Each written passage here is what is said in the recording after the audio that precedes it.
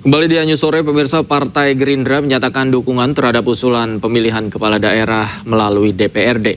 Sekjen DPP Partai Gerindra Sugiono menilai mekanisme tersebut patut dipertimbangkan karena dinilai lebih efisien dibandingkan dengan pemilihan langsung.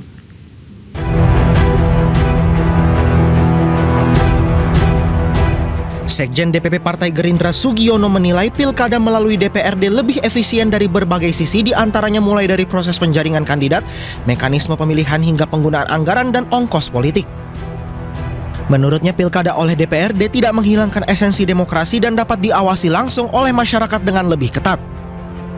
Pilkada melalui DPRD juga dapat mengurangi potensi polarisasi di masyarakat yang kerap muncul dalam pilkada langsung. Meski begitu, Sugiono mengatakan rencana itu harus dibahas dan dikaji secara mendalam dengan melibatkan seluruh unsur dan elemen masyarakat. Saya kira ini adalah sesuatu yang perlu kita pertimbangkan. Oleh karena itu, satu dari sisi efisiensi, baik itu proses, mekanisme, dan juga anggarannya, kami mendukung rencana untuk melaksanakan pilkada lewat DPRD. Kalau kita melihatnya accountability-nya itu lebih cenderung lebih ketat. Kenapa? Karena kalau misalnya tidak langsung kan dipilih oleh DPRD yang merupakan perpanjangan tangan dari partai-partai politik. Partai Gerindra mendorong agar wacana pemilihan kepala daerah melalui DPRD dibahas dan dikaji secara mendalam dengan melibatkan seluruh unsur dan elemen bangsa guna merumuskan mekanisme terbaik. Dari Jakarta, Tim Liputan iNews melaporkan. Dan pemirsa, untuk membahas lengkapnya kami sudah terhubung dengan anggota Komisi 2 DPR fraksi PKB Muhammad Hozin dan pakar politik Ray Rangkuti. Selamat sore Pak Hozin, Bung Ray. Ya, selamat sore. Assalamualaikum, Bang. Waalaikumsalam warahmatullahi wabarakatuh. Saya ke Pak Hozin terlebih dahulu. Pak Hozin, bagaimana Komisi 2 memandang wacana tersebut? Ya, yang pertama secara ofisial Komisi 2 baru akan memulai awal tahun ini untuk kemudian kita melakukan mitigasi kajian-kajian awal sebelum masuk kepada ofisial pembahasan revisi Undang-Undang Pemilu. Cuman kemarin sudah muncul di permukaan, bahkan sejak jauh hari kami dari fraksi PKB secara ofisial sudah mempunyai sikap bahwa setelah melakukan beberapa kajian plus minusnya ya, baik secara yuridis, fakta empiris, secara teknis, memang mengerucut kepada satu usulan untuk kemudian kepala daerah tingkat 1 gubernur itu kemudian ditunjuk atau dipilih langsung oleh presiden, kemudian untuk tingkat 2 dipilih melalui DPRD. Tentu ini tidak ujuk-ujuk sampai kepada satu kesimpulan atau rumusan usulan seperti yang sudah disampaikan oleh Ketua Umum kami, Gus Muhaimin. Ini juga melakukan beberapa kajian secara yuridis, kata atau istilah demokrasi itu sesuai dengan pasal 18 ayat 4 di Undang-Undang Dasar kita itu bisa dimaknai direct demokrasi atau indirect demokrasi. Jadi tidak benar kemudian kalau ada syak prasangka bahwa ketika ini tidak dipilih langsung oleh masyarakat, oleh warga, oleh rakyat, ada langkah mundur secara demokrasi. Tentunya secara yuridis kan kita bisa lihat original intent daripada amandemen kedua munculnya frasa demokratis ini gitu.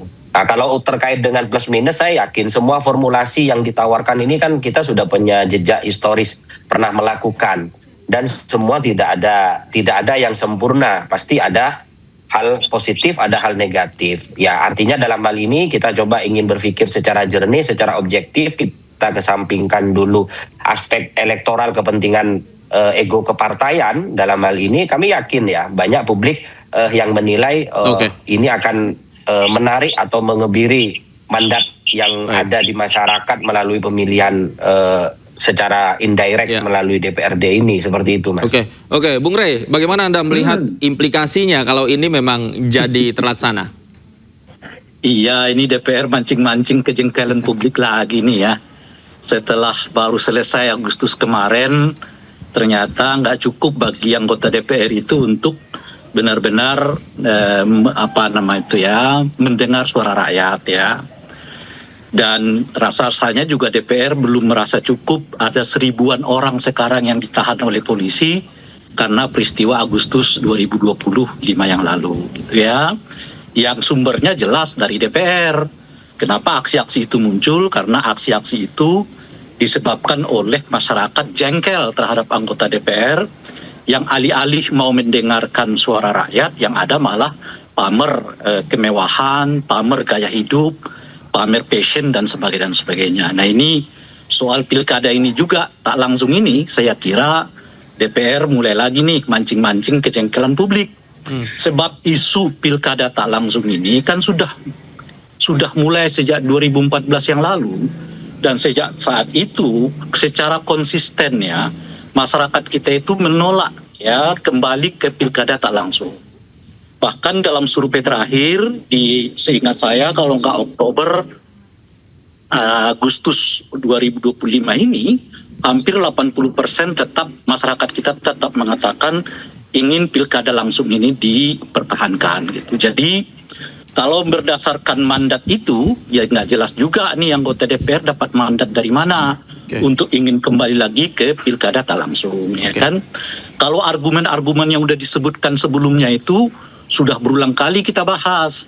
Apakah pilkadanya itu karena terlalu mahal, apakah karena penuh dengan politik uang, dan sebagainya. Itu udah banyak sekali argumen-argumennya. Baik. Apa kelebihannya udah juga banyak dibandingkan dengan pemilihan kembali ke Orde Lama, yaitu pemilihan yang melalui DPRD gitu ya. Dan pemilihan DPRD itu mungkin bisa dilaksanakan kalau memang kita mengubah desain ya sistem ketatanegaraan kita. Jadi tidak lagi misalnya seperti sekarang bersifat desentralisasi, tapi sentralisasi seperti di Orde Baru itu dimungkinkan untuk memilih kepala daerah. Tadi misalnya ini idenya PKB ini jauh lebih menusuk ke dalam lagi nih. Apa itu? Gubernurnya dipilih oleh presiden, bupatinya dipilih oleh DPRD gitu. Ya, baik. Itu jauh lebih sentralistik lagi tuh. Yang sama sekali kan kita belum pernah dengar ya ada gubernur yang dipilih oleh presiden gitu. Baik. Biar dijawab langsung oleh Mas Hozin. Ini kayak.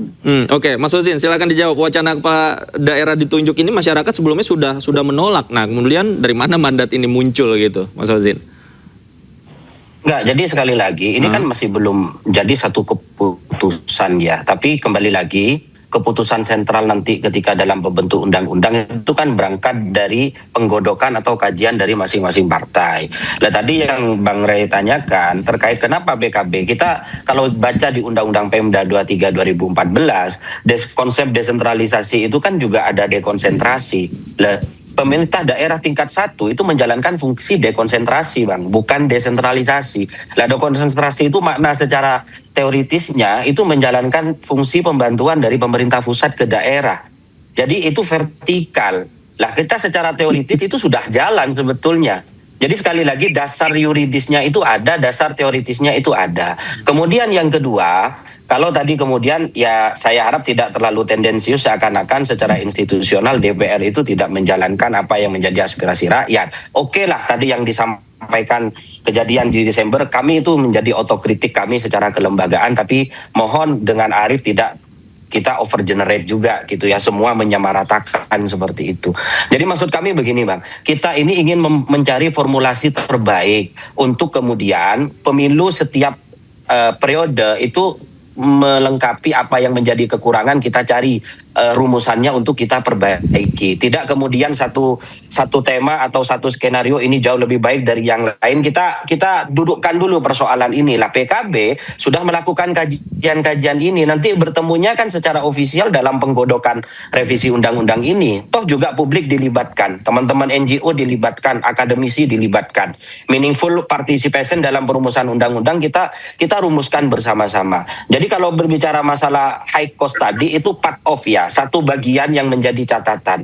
Tidak hanya only masalah urusan anggaran saja, tapi polarisasi juga, efektivitas pemerintahan pasca pilkada dan lain sebagainya, itu banyak hal yang sebetulnya bisa kita jadikan parameter atau menjadi dasar kenapa ini muncul satu usulan seperti ini, seperti itu. Oke, baik. Sebelum saya ke Bung Rey, kita simak dulu. Sebenarnya nih, sejak tahun lalu Presiden Prabowo Subianto juga menyoroti pelaksanaan pilkada yang tidak efisien dan terlalu mahal. Nah, ini sudah menjadi sorotan nih oleh Presiden Prabowo. Kita simak berikut ini. Pemikiran Ketua Umum Partai Golkar. Menurut saya hari ini yang paling penting yang disampaikan Ketua Umum Partai Golkar tadi, bahwa kita semua merasakan demokrasi kita yang kita jalankan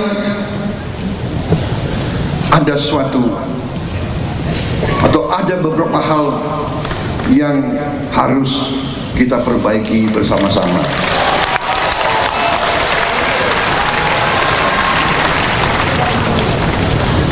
Menurut saya kita harus perbaiki sistem kita, dan kita tidak boleh malu untuk mengakui bahwa kemungkinan sistem ini terlalu mahal. Betul. Dari wajah yang menang pun saya lihat lesu juga. Yang menang lesu, apalagi yang kalah.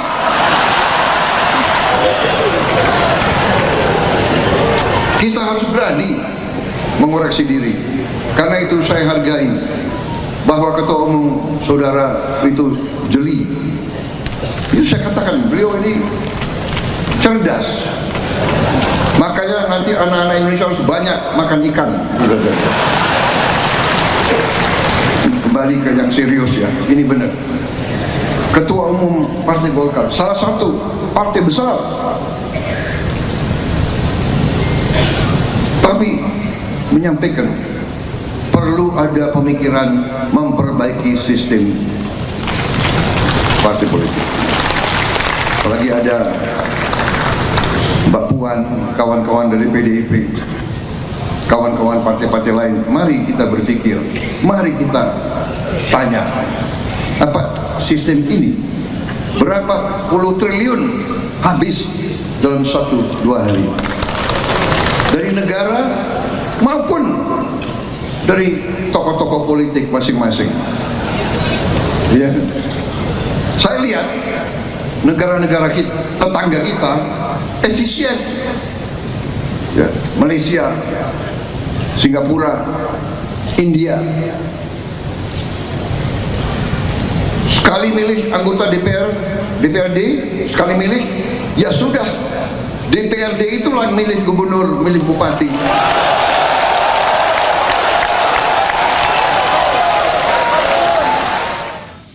Ya, itu dia pernyataan dari Presiden Prabowo. Bung Rey, katanya demi efisiensi, karena kosnya terlalu mahal sebenarnya. Kajian yuridisnya juga tadi kata Mas Husin sudah ada, Bung Rey.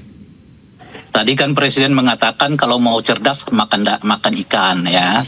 Ini kalau anggota DPR kalau mau aspiratif kira-kira makan apa ya supaya lebih aspiratif dengan suara publik gitu ya. Bung Husin kalau berbicara soal kearifan yang paling baik itu adalah mendengarkan suara rakyat, ya kan?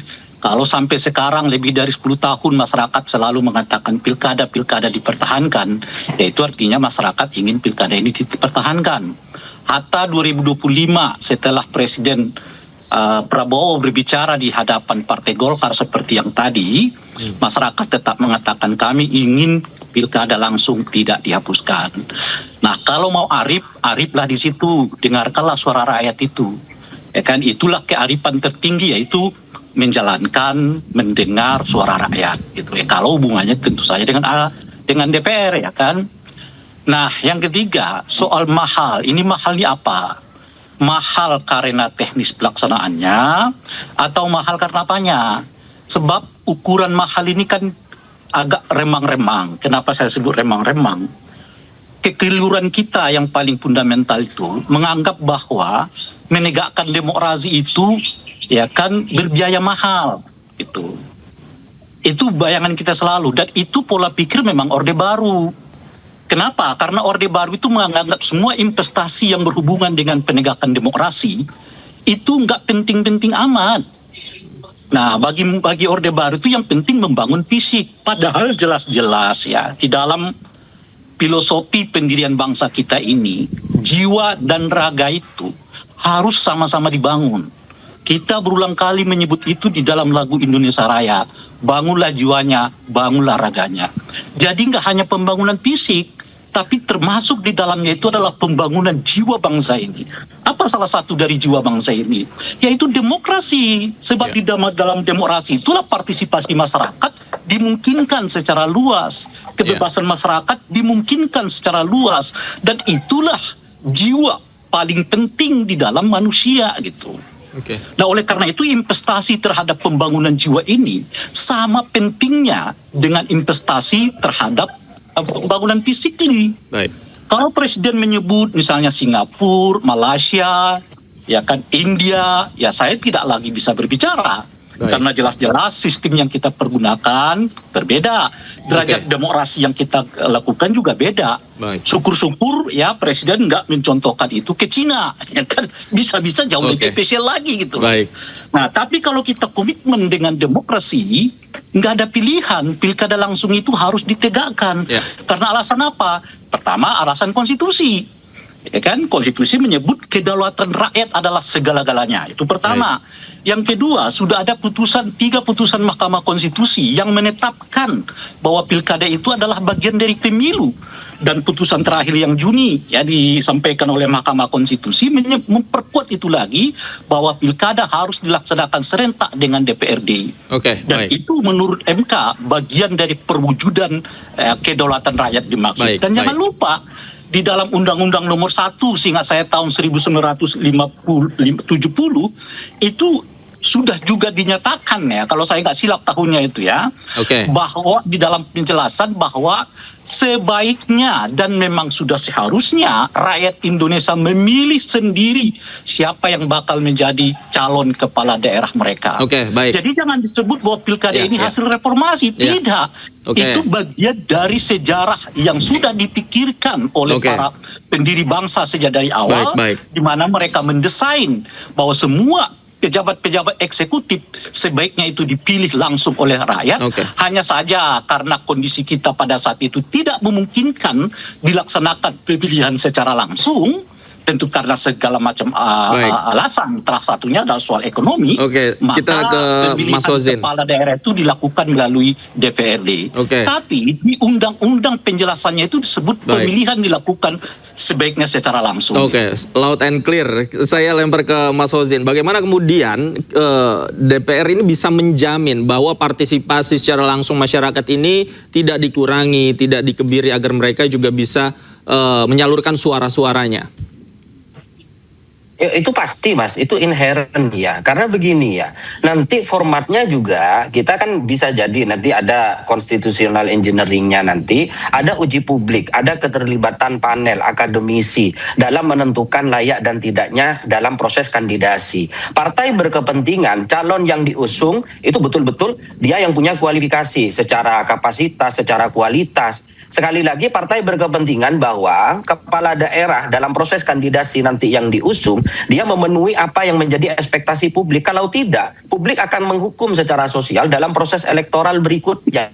Itu sudah pasti satu. Yang kedua, kalau tadi Bang Rey menyampaikan kearifan, Bang, begini, kondisi 10 tahun terakhir kita cukup untuk menjadikan koreksi bagaimana kohesivitas masyarakat, polarisasi di lapangan, bagaimana high cost politik itu tidak hanya besar secara biaya politik ya, tapi juga operasional segala macam. Bagaimana anak petani, tukang ojek, anak buruh yang ada di desa punya kesempatan tidak yang sama dengan orang-orang yang mempunyai isi tas? Tidak. Lah ini yang kemudian esensi demokrasi yang harus kita luruskan. Demokrasi Kalau ini bukan perlu tujuan. kita jawab nanti ya. Demokrasi ini adalah wasilah.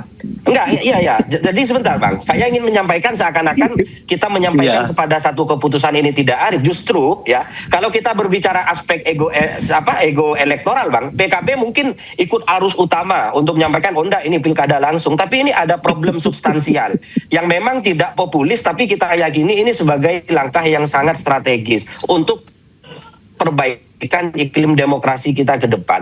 Kemudian berbicara terkait dengan masalah original intent. Asbabun nuzulnya Bang, kalau tadi tidak dibilang di demokratis. Kemudian kenapa di amandemen kedua pasal 18 ayat 4 Undang-Undang Dasar frasanya itu demokratis tidak mencantumkan apakah itu direct atau indirect karena terbuka ruang. DPRD itu kan juga dipilih secara langsung oleh rakyat. Apakah itu kemudian dianggap tidak melegitimasi itu aspirasi rakyat? Janganlah kemudian DPRD itu dipilih oleh rakyat, DPR RI dipilih oleh rakyat. Kemudian mandat yang ada di pundak mereka itu tidak melegitimasi apa yang menjadi suara rakyat. Kan seperti itu. Jadi sekali lagi, ini untuk kemudian bagaimana demokrasi kita itu biar low cost tapi high impact. Bukan berarti urusan angka-angka ini terlalu besar atau tidak. In fact Bang, negara-negara yang disebutkan oleh Pak Prabowo tadi seperti Malaysia, Singapura dan beberapa negara yang lain itu 10-20 tahun lebih maju dari kita. Ya, setuju. Jadi ada konsekuensi untuk perbaikan. Jangan sampai kita terjebak dengan frasa demokratis tapi di sisi yang lain kita tidak ingin melakukan perbaikan-perbaikan itu. Harus ada terobosan. Lah cara pandangnya juga harus cara pandang yang baru Bang. Bukan cara pandang kemudian kalau dipilih DPRD tidak demokratis, kalau dipilih DPRD ini sama saja, masyarakat tidak dilibatkan. Partai politik Bang sekarang tidak mungkin berani melakukan kandidasi seorang figur yang itu tidak memenuhi ekspektasi publik. Pasti agak sanksi sosial.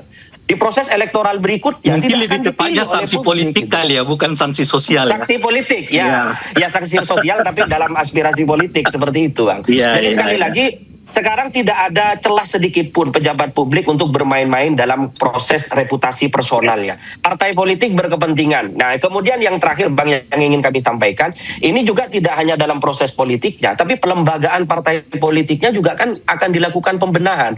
Bagaimana akuntabilitasnya, bagaimana proses kaderisasinya, bagaimana kinerja advokasi di lapangan. Itu kita sepakati sebagai autokritik. Seperti kami misalkan di PKB, ini pemilu masih kurang 4 tahun Bang.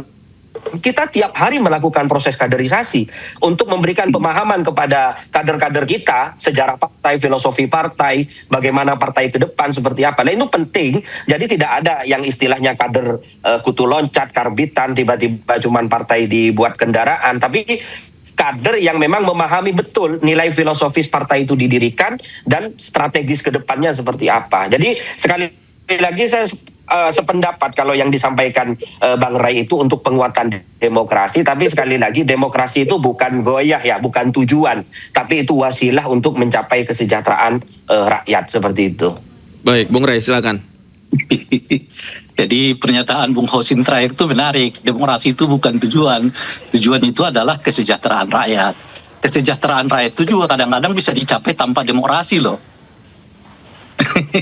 Cina ya memperlihatkan itu. Sedikit banyak Singapura juga memperlihatkan itu kan. Tanpa banyak tanpa desain demokrasi yang mereka sebut ya mereka soal sejahtera. Dan itulah yang kita tolak sejak dari awal. Sejak dari awal para pendiri bangsa ini mengatakan nggak boleh bangsa Indonesia itu ya kan hanya membangun raganya tapi lupa membangun jiwanya. Nah, oleh karena itu demokrasi dan pembangunan kesejahteraan harus berjalan seiring. Itu jadi nggak boleh satu dari antara keduanya itu harus ini maju dulu ini nggak usah ini sudut nggak bisa itu yang pertama. Nah yang kedua sepakat. Itu dia apakah partisipasi masyarakat itu mungkin di pilkada nggak usah jauh-jauh contohnya Bung. Sekarang aja kita udah melihat kok masyarakat partai-partai itu seperti nggak peduli pada aspirasi masyarakat. Dia udah menyebut tadi itu hampir 80% ya ini survei di 2025 ini yang mengatakan tetap ingin mempertahankan pilkada langsung. Apakah didengar oleh DPR? Bahkan mereka sibuk berbicara soal ingin mengubah pilkada langsung ke tak langsung di saat masyarakat Sumatera masih hiruk pikuk menghadapi musibah. Oke, baik. Jadi kalau mau nggak usah jauh-jauh kita berbicara soal soal aspirasi itu. Oke. Kalau anggota DPR benar-benar peduli pada aspirasi, mereka menahan diri dulu, jangan berbicara dulu dong soal pilkada langsung atau tidak langsung di tengah Oke. duka yang Baik. dialami oleh ya kan masyarakat kita di Sumatera. Oke. Ya. 80%, hampir 80% masyarakat kita mengatakan tetap pertahankan pilkada. Ya. Langsung Oke. ini. Oke, saya itu garis yang bawahi, mestinya Bung Rey. jadi patokan mereka. Pertahankan pilkada, kita lihat saja nanti prosesnya seperti apa karena ini dinamikanya masih sangat alot. Terima kasih, Bung Rey Rangkuti, Mas Hosin juga Sama-sama. terima kasih banyak. Terima kasih. Ya, terima Selamat kasih. sore, Terima sehat kasih, selalu, Bang. Bapak-bapak. Ya, assalamualaikum. Sampai ketemu lagi.